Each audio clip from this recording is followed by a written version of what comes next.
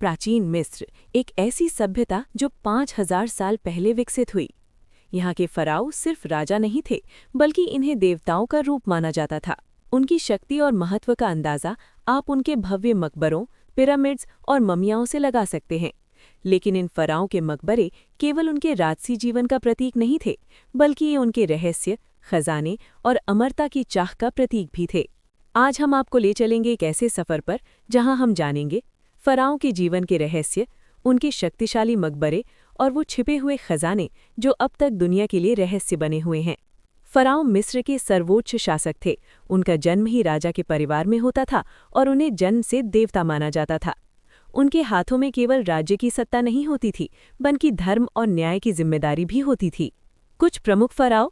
Tutankhamun, सबसे प्रसिद्ध pharaoh जिसकी ममी और खजाने 1922 में खोजे गए।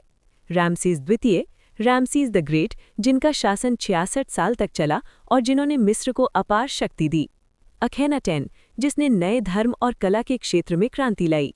रोचक तथ्य: फराओ को उनकी मृत्यु के बाद भी शक्तिशाली बने रहने की इच्छा थी, इसलिए उन्होंने गुप्त मकबरे बनवाए जिनमें उनके खजाने और रोजमर्रा की चीजें रखी जाती थीं। कई मकबरे आज भी खोजे नहीं गए हैं क्योंकि उन्हें सुरंगों, जाल और रहस्यमयी रास्तों से छुपाया गया था। फराओं के मकबरे उनके जीवन और मृत्यु के विश्वास का प्रतीक थे। मकबरों में पाए जाते हैं सोने के ताबूत और आभूषण, ममियाँ और उनके शव रक्षक, फर्नीचर, भोजन और हथियार। प्रमुख मकबरे और स्थल: वैली ऑफ द किंग्स, यहाँ 63 शाही मकबरे मिले हैं। KV 62, तूतनखामुन का मकबरा, हावर्ड कार्टर ने 1922 में खोजा। रहस्य: सभी मकबरे अब तक खोजे नहीं गए हैं। कई मकबरे रेगिस्तान की रेत, नील की धारा और प्राकृतिक कारणों से छिप गए। प्राचीन लुटेरे भी कई मकबरों को लूट चुके हैं।